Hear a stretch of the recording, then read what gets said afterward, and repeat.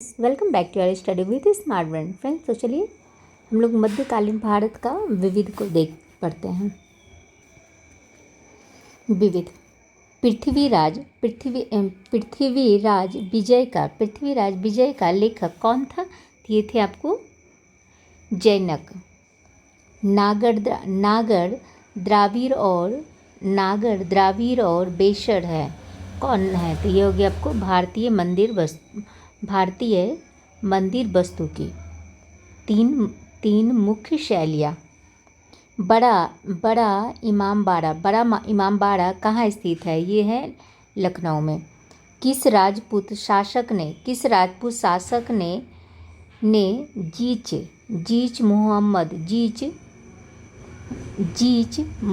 जीच मोहम्मद शाही नामक आंकड़ों का समूह बनाया जिससे लोग खगोल संबंधी अवलोकन कर सके? तो ये हो गया आपको सवाई जय सिंह। हवा महल कहाँ अवस्थित है? तो ये हो गया आपको जयपुर में। प्रसिद्ध चेतक घोड़ा किससे संबंधित है? राणा प्रताप से। कौन सा कथन 8वीं सदी के संत शंकराचार्य के बारे में सही नहीं है? तो ये हो गया आपको उन्होंने प्रयाग को तीर्थराज नाम दिया था। किसने दिल्ली में खगोलीय वेधशाला जिसे जंतर मंतर कहते हैं बनवाई थी? किसने बनाई थी? तो ये जयसिंह द्वितीय ने बनवाई थी। गोविंद महल जो हिंदू वास्तुकला का अप्रतिम उदाहरण है स्थित है कहाँ पर में है स्थित? तो ये हो गया आपको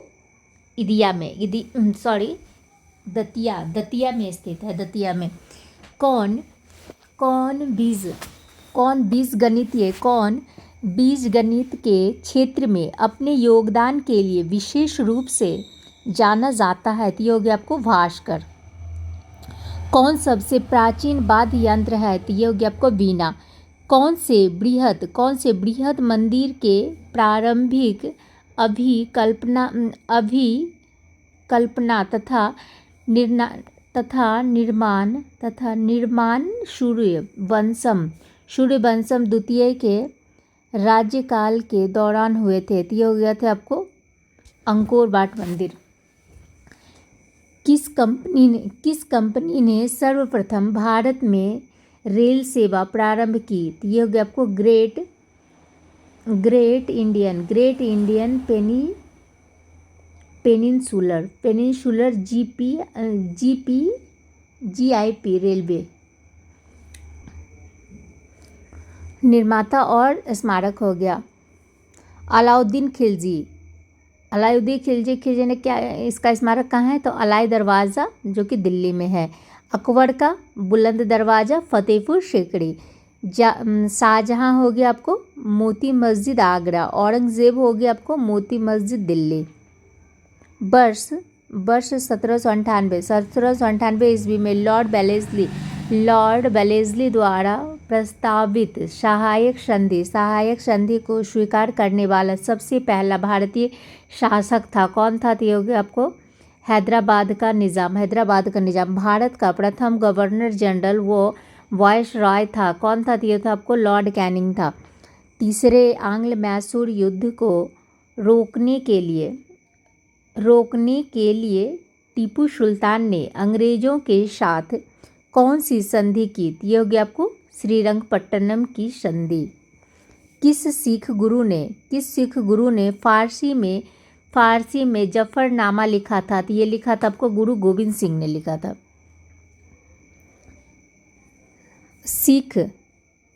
किस सिख गुरु ने नानक की जीवनी लिखी थी? तो ये लिखी थी आपको गुरु अंगद देव ने। सिखों के सैन्य संप्रदाय खालसा पंथ का प्रवर्तन किसने किया था? तो ये किया था गुरु गोविंद सिंह ने किया था। 1757 में सिराजुद्दौला किसके द्वारा पराजित किया गया था? तो ये क्लाइव के द्वारा किया गया था। सुगौली की संधि 1816 ईस्वी में किसके बीच संपन्न हुई थी? तो ये हुआ था आपको ईस्ट इंडिया कंपनी और नेपाल के बीच हो गया। टीपू सुल्तान की मृत्यु 1799 ईस्वी में कहाँ हुई थी? तो ये हुई थी आपको श्रीरंगपट्टनम में हुई थी। हड़प नीति के अंतर्गत कौन से भारतीय राज्य कब्जे में किए गए थे? तो ये हो गया आपको झांसी, नागपुर, सतारा। किस राज्य के शासक नवाब वजीर कहलाते थे? तो ये अवध के नवाब। किसने ग्रामीण जाटों को एक सैनिक शक्ति के रूप में संगठित किया था? तो ये हो गया आपको चूड़ामणि ने। किसे जाटों का अफलातून एवं जाटों का आदरणीय वो विद्वान व्यक्ति कहा जाता था? तो ये कहा जाता था आपको सूरजमल को कहा जाता था। भारत पर आक्रमण करने वाले किस ईरानी शासक को ईरान का नेपोलियन कहा जाता था? तो ये आपको नादिर शाह को। भारत के किस गवर्नर जनरल के समय में सिंधु का विलय 1843 अंग्रेजी राज्य में किया गया था? तो यह हो गया आपको लॉर्ड एलन बारो में किया गया था। सिंध विजय का श्रेय किसे दिया जाता है? तो यह हो गया आपको सर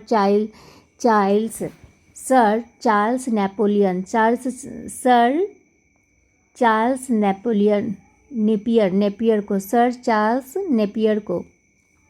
ठगी प्रथा के उन्मूलन से संबंध गवर्नर जनरल थे, कौन थे? तो ये हो गया आपको बैटिंग हो गया। बोडियार कहाँ के शासक थे? तो ये मैसूर रियासत के शासक थे। टीपू सुल्तान की राजधानी थी श्रीरंगपट्टनम में। क्लाइव को बंगाल का गवर्नर बनाया था 1758 में बनवाया था। भारत का प्रथम गवर्नर जनरल था विलियम बेंटिक। द्वैध शासन नीति को किसने समाप्त किया था? तो ये किया था वॉरेन हेस्टिंग ने किया था। अंग्रेजों का सर्वाधिक विरोध किसने किया था? तो ये मराठों ने किया था। प्लासी का युद्ध 1757 ईस्वी में अत्यधिक ऐतिहासिक महत्व का था क्योंकि इसने बंगाल में ब्रिटिश वर्चस्व के लिए मार्ग प्रशस्त किया और उसके बाद संपूर्ण भारत पर ब्रिटिश नियंत्रण के लिए रास्ता खुल गया। ब्रिटिश सरकार भारतीयों को आधुनिक शिक्षा देना चाहती थी। इसमें उनका उद्देश्य क्या था? तो ये था आपको क्या, भारत में अपनी राजनीतिक सत्ता की नींव सुदृढ़ करना। प्रशासनिक अव्यवस्था कुशासन के आधार पर डलहौजी ने किस राज्य को ब्रिटिश साम्राज्य में मिलाया था? तो ये थे आपको अवध को।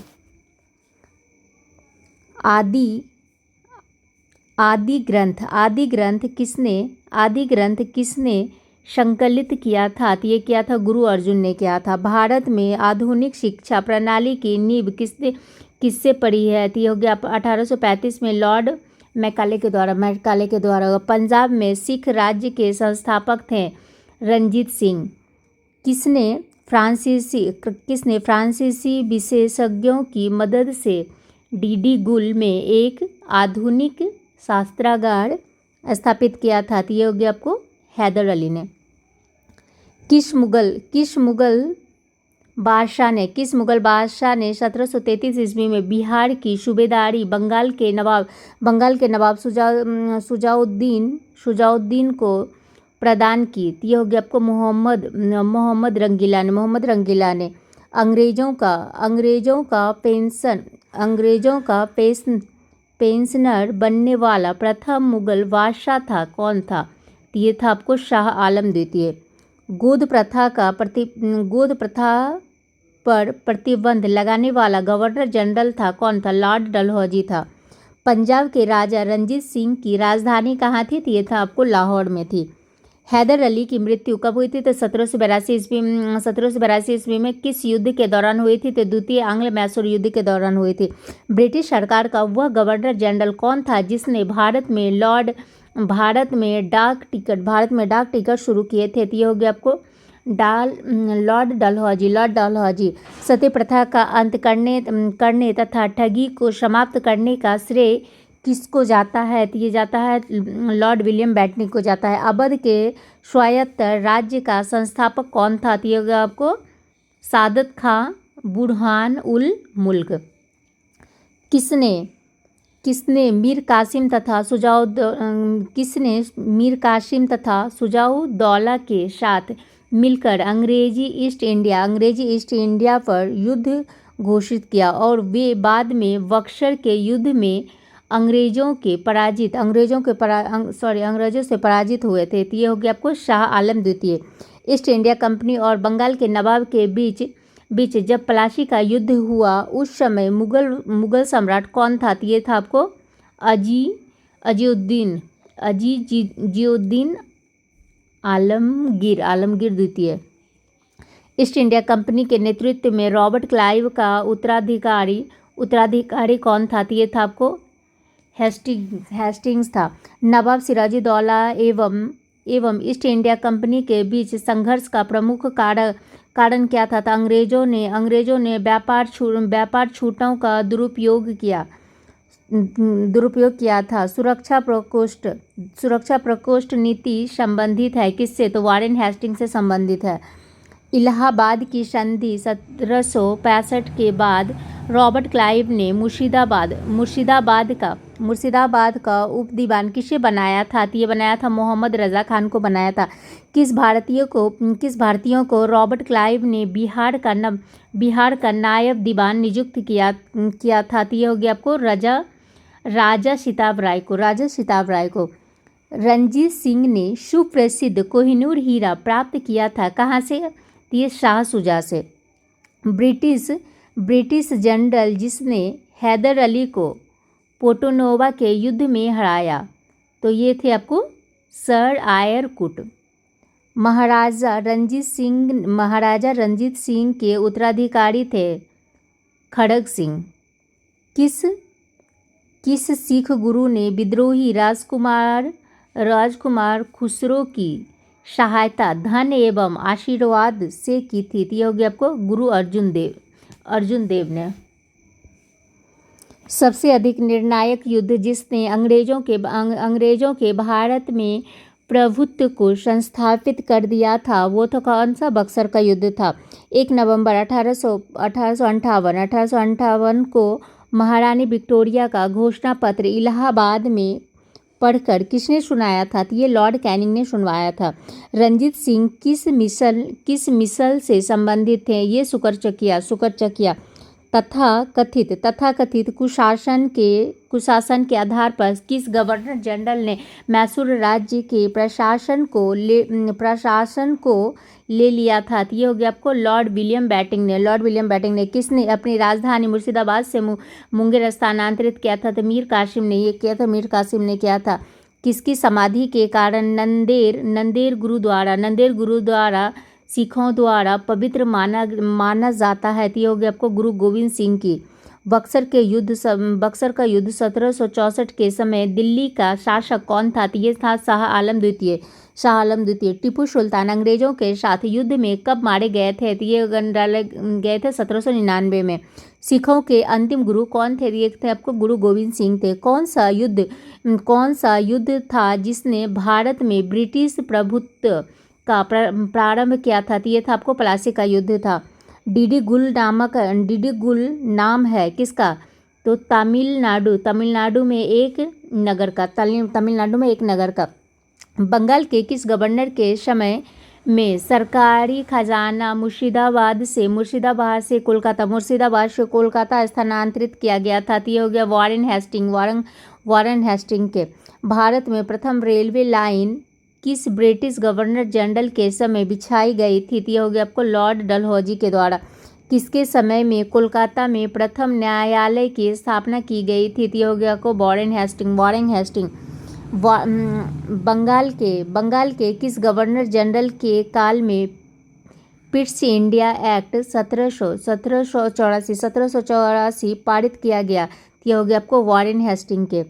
भारतीय शासकों में से कौन था जिसने विदेशों में आधुनिक पद्धति से दूतावास स्थापित किए थे? तो ये हो गया आपको टीपू सुल्तान। भारत में प्रथम रेल लाइन किसने बिछवाई थी? तो ये हो गया आपको जॉर्ज क्लार्क ने। भारत से ब्रिटिश की ओर संपत्ति के अपवहन का सिद्धांत किसने प्रस्तावित किया था? तो ये दादा भाई नौरोजी ने किया था। भारत में ब्रिटिश भू राजस्व प्रणाली का किसने अधिक लाभ प्राप्त किया था? तो ये जमींदार ने। भारत में सबसे पहला सूती वस्त्र मिल किस शहर में स्थापित किया गया था? तो ये हो गया आपको बम्बई में। अंग्रेजों द्वारा बनाई गई भू राजस्व व्यवस्था की कौन सी कृषकों के हितों को अधिक सुरक्षा प्रदान करती है? तो ये हो गया आपको मद्रास प्रांत की रैयतवाड़ी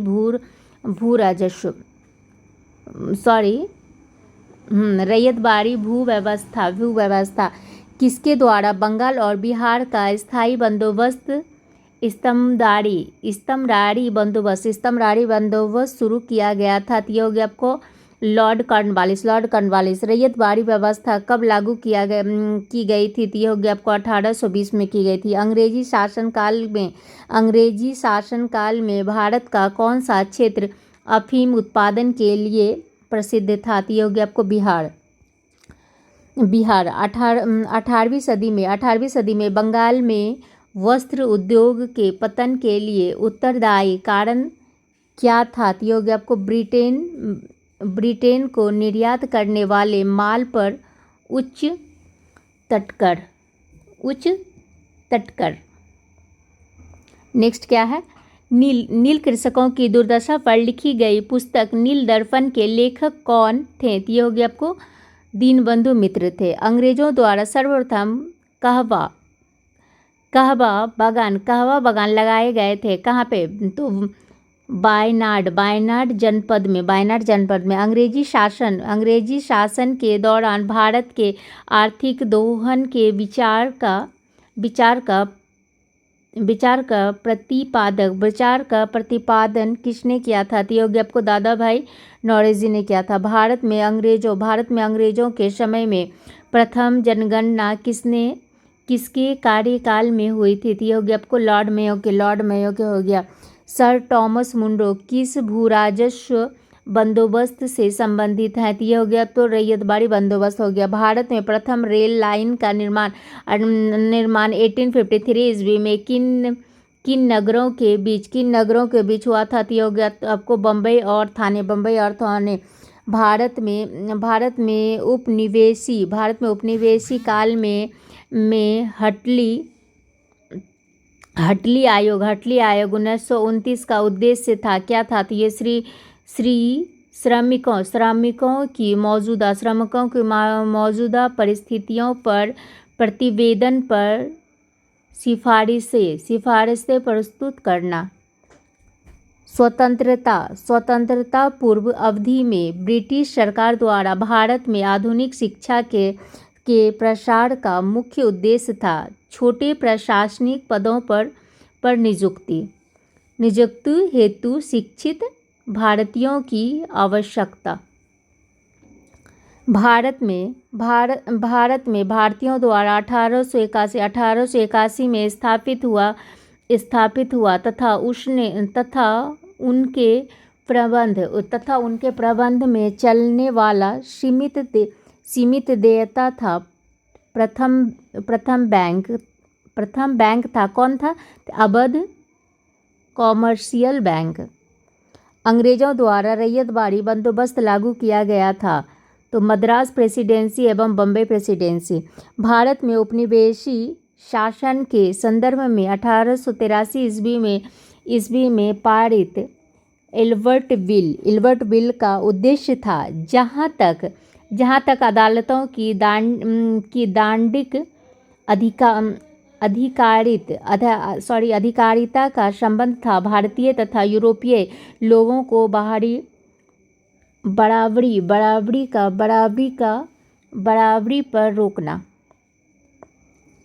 ब्रिटिश शासन के दौरान भारत में उद्योगों का कोई स्वतंत्र विकास नहीं हुआ। इसका कारण था भारी उद्योगों का अभाव। ब्रिटिश ईस्ट इंडिया कंपनी का व्यापारिक अधिकार अंतिम रूप से किस एक्ट के तहत समाप्त किया गया था? 1833 का चार्टर एक्ट हो गया। स्थायी बंदोबस्त 1793 के अंतर्गत जमींदारों से अपेक्षा की गई थी कि वे खेतिहरों को पट्टा जारी करेंगे। अनेक जमींदारों ने पट्टा जारी नहीं किए। इसका कारण था जमींदारों के ऊपर कोई सरकारी नियंत्रण नहीं था।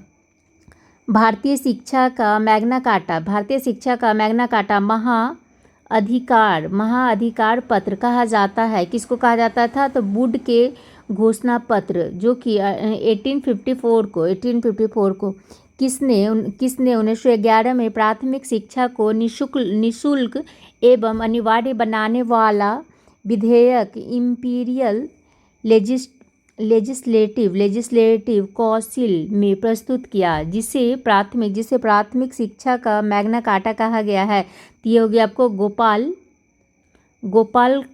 कृष्ण गोखले ने। भारत में आधुनिक शिक्षा का जन्मदाता किसे कहा जाता है? तो ये चार्ल्स गार्ट को। हिंदू कॉलेज कोलकाता 1817 की स्थापना किसने की थी? तो ये क्या था आपको? डेविड हेयर ने। पहली आधुनिक पटसन मिल स्थापित हुई थी रिसरा बंगाल में। पहले आधुनिक लोहा इस्पात उद्योग की स्थापना कहाँ हुई थी? तो ये बिहार, वर्तमान में झारखंड में। भारत में विकेंद्रीकरण का शुभारंभ किसके समय में हुआ था? तो ये लॉर्ड मेयो के समय हुआ था। रेल विभाजन के लिए पृथक रूप से रेलवे बजट कब आरंभ हुआ था? तो ये 1925 में हुआ था। ब्रिटिश नागरिकों को सर्वप्रथम किस वर्ष भारत में भूमि खरीदने एवं बसने की अनुमति मिली थी? तो ये मिली थी 1833 में मिली थी। दादा भाई नौरोजी ने अंग्रेजों द्वारा किए गए किस कार्य को अनिष्ट की संज्ञा दी? तो ये हो गया आपको धन के निकास। किसने भारत के अंग्रेजी उपनिवेश नियंत्रण की आलोचना में अन ब्रिटिश पदावली का उपयोग किया था? तो ये दादा भाई नौरोजी ने किया था। नानक किसकी पूंजी पर जोर देते थे? तो ये देते थे किसके पूंजी पर? सतनाम की। गुरु नानक का विवाह किसके साथ हुआ था? तो ये गुरु नानक का विवाह किसके साथ हुआ था? तो ये हुआ था आपको सुलखनी के साथ। किस सूफी संत ने अमृतसर में हरमंदिर साहिब की नींव डाली थी? तो ये डाली थी मियाँ मीर ने। महाराजा दलीप सिंह को 50,000 रुपये वार्षिक पेंशन देकर कहाँ भेजा गया था? तो ये भेजा गया था England. Thank you friends, I hope कि आप लोग को पसंद आती है तो प्लीज़ शेयर कीजिए, लाइक कीजिए, सब्सक्राइब कीजिए। Thank you.